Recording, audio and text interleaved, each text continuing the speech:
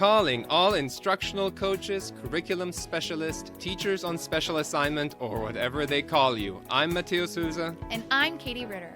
As instructional coaches, we are often responsible for our own professional learning and can sometimes feel pretty isolated in our role. That's why we're here, bridging the gap with a wealth of tips, tricks, and building a community of coaches. So hit the restart button with us. Recharge your coaching batteries. And hopefully you'll leave feeling just a little bit less on your own coaching island. All right, welcome back, listeners. Today we're diving into an inspiring pop-ups PD idea that's bringing smiles and sparking curiosity across classrooms. Our guest, Tracee Keough, took a fresh look at the never-ending challenge of teacher time constraints and came up with the October pop-up experience. 30-minute bursts of reading, creativity, and tech play, the perfect way to connect with students, give teachers a break, and get your foot into the classroom. Joining us today is the fantastic, outstanding, always exciting to see you, Tracee Keough. Woohoo! Yeah, an instructional design coach here at Forward Edge and a 15-year veteran in education. Tracee has guided students and teachers alike across grades 2 through 8, and she brings a passion for creating meaningful learning experiences where everyone feels valued and heard. She's on a mission to help educators and students discover their purpose and engage fully in learning. Outside of school, Tracee is busy as a wife and mom to 4 very active kids, making her a true powerhouse, both in and out of the classroom. Yes, Mama, welcome. Hi, guys. Well, it's good to have you back. I know it's been a few seasons. It has not been a few seasons, a few episodes, maybe. I will have to check I the don't date on think that. so. Okay, Matthaeus is going to pull the tapes. Yeah, I got lots of stuff to do. Sounds good. Okay, so Tracee, before we dive in and you share what this pop-up PD is, I want you to kind of paint the landscape. What was going on? What was the challenge you were facing as a coach in your school that ultimately led you to come up with this idea? So first paint the picture and then we'll have you explain what it was. Sounds good. So I'm in a rural-ish school district. I work with the K-5 buildings, and this year we have brand new curriculum for math. We are piloting reading curriculum in all buildings, and so that just adds this next level of stress to teachers where working with the instructional technology coach is not at the top of the list. What do you or mean? even on the list. I feel like no one anywhere can relate to this right now. I mean, who would relate to that? Mm-hmm. So I was talking with teachers and offering to come in and help, and it just wasn't taking off unless it was, can you help me with my new curriculum, and sit down and have conversations. But that wasn't translating back to the classroom. So in one of my slower days, I was just pondering through what I can do to get into classrooms and best support the teachers and the students, and what's more fun than doing something around a theme. So I dove into this idea of the pop-up for October. I'd also had a couple teachers reach out. So I am known as giving out ducks, little rubber ducks, if they do something hard or try something new. And I'd had a couple teachers reach out asking how they could earn their next duck. So that tied into this pop-up as well. Awesome. So I want to kind of paint the picture just a little bit more before we dive into what the pop-up PD actually is and all of the clever ideas that you came up with. When teachers were asking you to help them with their new ELA curriculum or their new math curriculum, and you said that wasn't translating to impact in the classroom, dig a little deeper for me. What do you mean by that? Where was the conversation stopping with them? So a lot of it was just helping them understand how to read the curriculum, how to look at the teacher's manual, what pieces they felt like were useful to keep and useful to get rid of.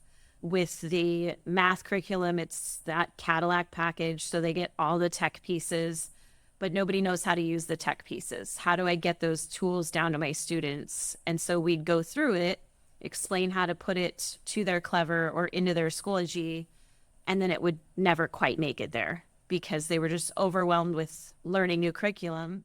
Okay, so they were more concerned with like logistics, just getting their feet under them instead of necessarily actually like implementing some of these skills or actual interactive components with the students. I would imagine no one was inviting you into the classroom then because they weren't at the place of like, let's actually use this now with my students, because they were stopping at like just getting their ducks in a row before they were even ready to start talking about student impact. So you were trying to solve this problem of, I can't get into classrooms, so I can't make any like real deeper impact with the teachers, like down to the students. Is that an accurate summary? Yep, that would be an accurate summary. Awesome. So now let's get to the exciting part, because I feel like I just wanted to capture that. So if any of our listeners are like, heck yeah, Tracee, me too, I'm feeling that way too.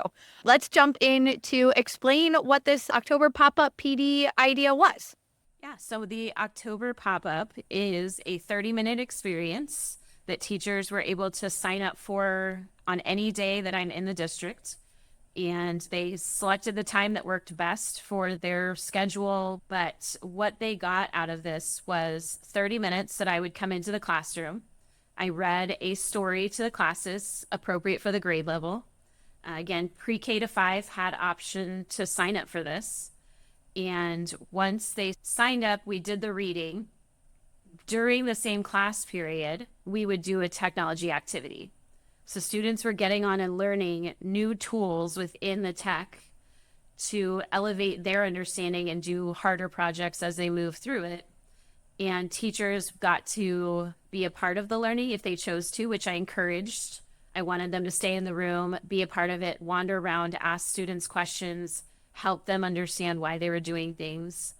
Or they could sit back, take a potty break, whatever they needed during that time. But it gave an overall structure to this 30 minutes that I was coming into the classroom. It wasn't just, let me come in and help them get their MAP scores uploaded to Khan, and that they know me as that lady that pops in and out. This gave them a true 30-minute experience, everything from collaborative work in pre-K, where we were dragging and dropping things on Google Drawings and graphing out shapes, to fifth grade, who was writing goosebump stories and these scary sentences after collaboration and creativity together as a team, and kind of seeing where everybody has their strengths. That's awesome. Yeah, I really like that. And you're creating this low stakes environment where teachers can sit and take in, or they can take the time however they need it. And I love the fact that you've given them agency there and the ability to really control their own learning. Now, when you created the activity, when you sat down and you came to the classroom, before you created it, what were you thinking in terms of what's important for this activity? How do I want to set that up? Like, what made you decide to go with this activity versus something else? So I wanted to pick activities that were low threat, easy to introduce to students, and would help teachers down the line with projects that they were going to do, whether it was at kindergarten, just getting students online and learning different techniques while they were online, to utilizing Google Slides, Google Drawings, to really use different tools within there, like shortcuts to copy and paste from one slide to the next, and understanding all of that. I tied in different pieces within the lesson of how they can continue to use these pieces in their classroom. So at the beginning, there was a lot of collaboration and the students were talking and working through things, that we had that independent work time. And I ended almost every session, if we were doing a Google Slides activity or a Google Drawing activity, with something I call a gallery walk. So they had to learn patience and walking around and supporting each other. We talked about being a good citizen. Our monthly theme was self-control. So I tied that lesson back in as well. So I had a few teachers that said, I love the gallery walk. I never would have thought about having them share that way. And now they know it, so I don't have to teach it. So my biggest goal was simple things that they could take, roll into like a fun Friday after we finished, and then roll into other lessons as they move through the year. I love that. I just think it shows that you know that community so well that you can pinpoint that. And that's an important skill. I think that's something you always have to keep in mind. Did you maybe target specific teachers in your group, or did you just open it up to everybody? I just bit the bullet and opened it up to every teacher, pre-K 5, and sent out the sign up, the appointment slots in Google Calendar with the blurb and the link attached to pick their own activity. Each pre-K 2 had 5 activities they could pick from, and 3-5 had 5 activities that were more grade level appropriate. Great So way to give I- the teachers a little bit of autonomy in Yeah. what you were doing Yeah. too, to make sure that it was relevant to conversations and what was happening in their classroom as well. I also really like how you tied in self-control was the theme. I assume that's some sort of building-wide SEL or PBIS or some kind of focus that the whole school was talking about. Correct. It was our PBIS topic. Okay, that's awesome. What a cool way to make every lesson relevant without necessarily needing to dig into every single content standards to align it. But, you know, quick, easy, 30-minute. Now they've got new ideas. Like you said, I love how you modeled different ways of students to share as well, too. And I just think this is such a clever idea because while your coaching focus is technology, so obviously you're focused on how can we very naturally bring in these technology elements. I think this is a great thing that, like, when I think about the context of these new curriculums, if you were a literacy or a math coach, right? Like you could have done pop-up mini lessons to do like with the teachers, with the actual curriculum and the curriculum materials. Obviously, that's not your direct focus to support those quite as deeply. But I think like this is just a great model that any coach, no matter what your coaching topic is, that you could go in and model whatever your coaching domain and strategies for the teachers. How many teachers would you say actually stayed and participated I was with about you? to ask the same question. So I had 50 teachers across 3 buildings that participated. Did you say And I- 5-0? 5-0. Wow, we. Yeah, it was a very busy month and I loved every minute of it. I would say all but maybe 4 or 5 stayed in the room and participated. That is huge. So it was a big moment. My campus that had the highest numbers was the campus that I struggled at getting into classrooms last year. That's amazing. So, what has follow up looked like? Have you been invited back to some of these classrooms? Have you been able to? Now, granted, we're recording this the first week of November and this was just October, but have you seen anyone implementing any of these strategies? What has any little taste of continued efficacy with some of these skills looked like? I've had multiple teachers that have reached out and mentioned that they rolled that activity into other Friday activities they were doing. It was a fun Friday something. They let them really kind of have more freedom in the activity they did with their students. So they were practicing those skills again. I've had multiple teachers while I was in class doing those pop-ups say, when should we have Miss Keough back? So that's always great. Heck yeah, that's a way to get back in. Yeah. Yep. My primary building that was my struggle building last year to get in with, teachers wants a pop-up again specific to one of their tools, Book Creator, to get in and teach the students how to use that. So that's going to be our focus on that campus. And then a follow-up that I've noticed in another building at the elementary level, the principals are actually doing a November pop-up for admin passion over thankful turkeys they've hidden around the campus. And on the back is written different things that they earn if they find a turkey. And one of them is that the admin will come in for 30 minutes and teach a lesson. That's awesome. Yeah. I can't help but keep thinking about this high school prank where they take pigs and they number them 1 and 3 and then obviously search it for number 2 because it doesn't exist. I hope you guys did that. Turkey. We did not do that. That was an opportunity right there. That is just cruel, Matthaeus. It's just fun. Oh my gosh. I totally forgot what I was about to ask Tracee now Yeah, after that yep. cruel joke. How about this? I give you a little bit of a commercial break so you can think about it. And then Okay. we're going to jump right back in with Tracee. Works for me. Looking for a program that reaches all teachers in learning new tools to integrate in their lessons? Edu Badges is the answer. Edu is an anytime, anywhere badging program that is designed to take bite-sized tools for instruction and teach teachers how to use them. Edu has received the ISTE Seal of Alignment for educator standards, and each badge in our expanding library is aligned to the ISTE standards and the SAMR model. Learn more about the program that teachers call addicting at forward-edge.net/edubadges. Unlock the full potential of instructional coaching with Forward Edge, your partner in professional growth. Instructional coaches play a vital role in supporting teachers, students, and administrators across the district. And research consistently highlights coaching as a powerful catalyst for improved teacher instruction and enhanced student achievement. But here's the question: who's supporting the coach? Enter Forward Edge, your dedicated ally in professional development. Our flexible mentorship options, recognized by the ISTE Seal of Alignment, are tailored to meet your unique needs as an instructional coach. So ready to elevate your coaching journey? Visit forward-edge.net to explore how we can empower you with the knowledge and support you need. Start your journey with us today. Welcome back to Restart Recharge. We are here talking to beloved coach Tracee Keough about this wonderful response to getting into more classrooms and solving that problem with a really practical approach that benefited teachers, helped her get into classrooms, her pop-up PD. So Tracee, I'd love to hear, so it sounds like it's already leading to this kind of ripple effect of this impact it's having and teachers continuing to implement some of these skills that you did. I'd love to know, how do you plan, because it sounds like maybe this first round, like pure goal was just to kind of get into the classrooms, help establish yourself as not just somebody who can help upload something to their LMS, but also has this great instructional background and could be a resource. But you've already talked about doing this again. How might you try to capitalize on sustaining a coaching conversation or maybe folding one of these into a larger coaching cycle? What advice would you give, or what practical things do you plan to apply next time?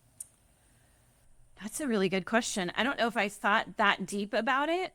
I do think it has to be based around feedback from what we've currently done, how it worked, how teachers responded to that, what they want to see moving forward, to really get into those deeper conversations. I would like to move into spaces where we're talking about student engagement or how we give feedback to each other, how we collaborate with each other, and really work with those pieces that are PACS guides that we work with or our PBIS piece for the month. I think those would benefit as well, just how we can tie everything together. But I haven't honestly thought that far into it at this point. I was just really excited. It went really well. Teachers are reaching out and asking to do more, and determining what the next structure will look like is going to be based on the feedback that I get. Yeah, no, I totally hear you. I'd probably be at the same place. It just makes me think back to our episode with Chrissy Lauterbach just a few episodes ago. And I just wonder, now some of this I think has to do with like the culture and the relationships you have, but I just can almost hear her in my mind saying like, whatever a teacher latched onto, like, oh, these learning walks, I never would have thought to have them sharing this way. I can hear her saying, Tracee, I know you know Chrissy because you worked with her a lot, but I could almost hear her being like, oh, you want to do a short coaching cycle and we can work on implementing those more into your class, right? So I wonder if there's just like little ways to encourage, hey, if, you know, something that the teachers seem to latch on to is really liking, if there's a way to maybe, you know, jump in and be like, hey, well, let's expand on that together. So I would just love to down the road follow up and hear maybe how that goes for you. But what is your next adventure for in the pop-up PD world to get back into classrooms? So something I did last year was called the Gingerbread Man Challenge. Every week between Thanksgiving break and Christmas break, I sent out a new activity, one a day, that they could try. Everything from ambient noise to tech-based tools and projects they could try. And they earned so many gingerbread men along the way. Like they were trying to catch all these gingerbread men for their class and just kind of facilitate those lessons. I think that went really well. So I'd like to do a spin-off of that, of here's our weekly challenge and how I can get in to support that if they pop up to come in and get those tools done. Awesome. Okay, sorry, before our last question, my maybe last question, asterisk, can you just talk listeners through logistically a little bit more? So I've heard you say you sent an email. You had choice options for teachers to choose from at different grade bands. Just kind of quickly talk me through, like, logistically, what did that actually look like? Like, what is it that you actually sent to the teachers? How did they preview the lessons? Was there a form they filled out? And I know you mentioned they signed up for a slot with appointment slots, but let's just kind of take it through top to bottom logistically, how you kind of bundled this package and sent it out. Yeah. So initially I created a slide deck and I had example lessons on 2 different slides, one being the K2 slide, one being the 3-5, more initially to organize my thoughts and activities that I thought would work really well at those grade levels. I intentionally did not link any of the pictures that I had added that showcased that activity because I didn't want to give them the option to take the lesson and do it without me. Yeah, the point was to get you in there. Exactly. Right. So I didn't want to give them that option until we got halfway through October. So I started with that point, and then I built out a Google Calendar appointment slots booking that they could sign up for. I put in the appointment slots calendar, the little blurb of like, super excited to bring this to you, 30-minute pop-up, and explained it in the blurb, and linked the Google slide deck so they could see the activities and choose from whichever one. That was part of their appointment slot that they filled out, was their classroom, their time that worked best, what building they were in, and what activity they wanted. There was also included in the slide deck for both groups a non-Halloween focused activity, because we do have classrooms with students that don't celebrate. And I wanted to make sure they didn't feel excluded. So we did have a book and an activity that they could choose for that classroom. Great.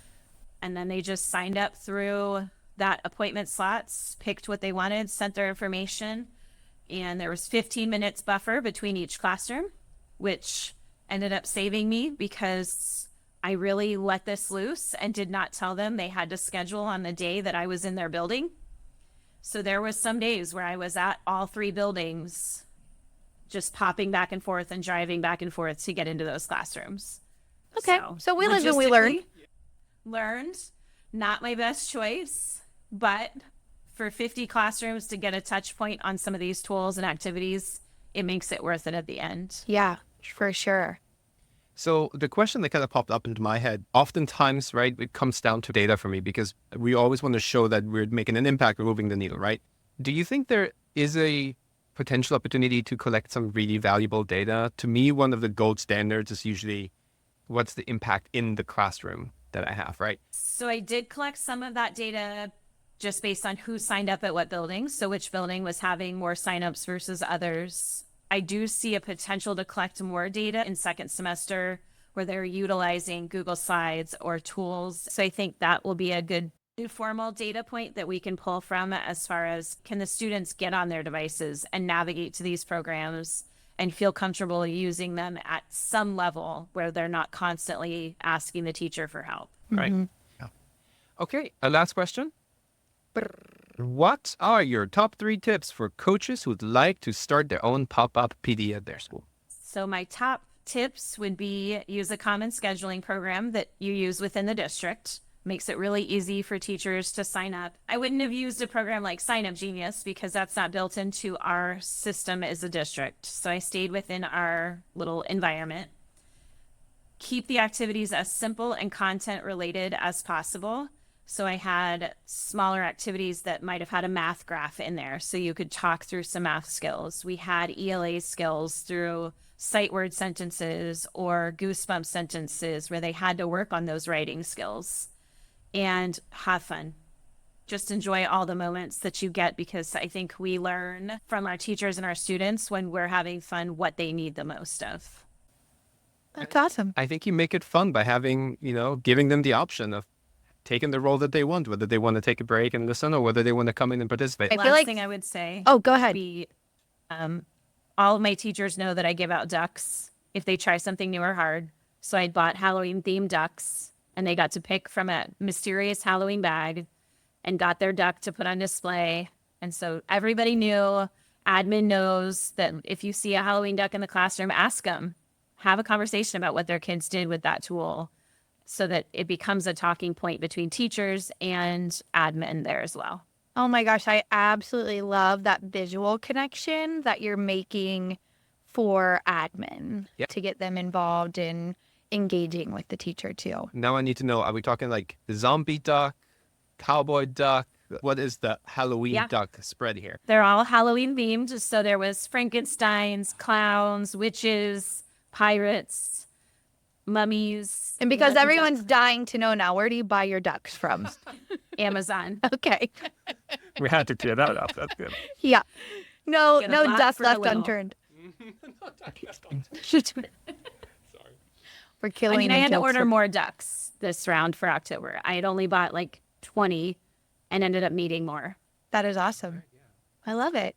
Well, I feel like in season 5, which would be the end of the school year, we need to have like a follow-up to see what did this ripple into, and reflecting back, what kinds of coaching conversations and interactions did it Yeah. evolve into long This term. episode 2 with Tracee Keough. What the duck? And that's Easy for you to say. Well, Tracee, thank you so much. It was so nice to have you on the pod once again. Longtime listeners will remember many episodes with you, but where can people connect with you outside of the pod? So I am on Twitter at TK Educate. Oh, not Twitter anymore. Sorry, X. It's okay. We call it Twitter. This is the wrong Okay, crowd to good. bring this up with. Yeah. At TK Educate. TK Educate. Okay. Awesome. Anything else? I think that does her. I think that does it. Yeah. Okay. Thank you, listeners, for being here. Thank you, Tracee, for giving us some great ideas and a great starting point. And everybody, have a great rest of your day. Thanks for spending time with us today. If you found this episode helpful, please share it with an educator friend. And connect with us on social media at RRCoachCast to let us know what you thought of the episode and what topics you want us to discuss next. New episodes drop every other Tuesday. Be sure to subscribe to Restart Recharge wherever you listen to podcasts. So press the restart button. Recharge your coaching batteries and leave feeling equipped and inspired to coach fearlessly with the Restart Recharge podcast. A Tech Coach Collective. Honestly, I think Were we going to talk about next steps or the next part of the adventure? No. No? Mm-mm. Okay. Did you just say senile's going to be a lot of fun? I think the season on the day is going to be a lot of fun. You know what? I'm going to look at it that way. Yeah. Oh, Like, okay. You meet new people every day. Here's the same person over and over. 51st date. You have a good time. Then you meet new people every day. Sorry, never mind. That was a corny joke. You are rocking out the dad jokes today. I know. Oh. Turning on.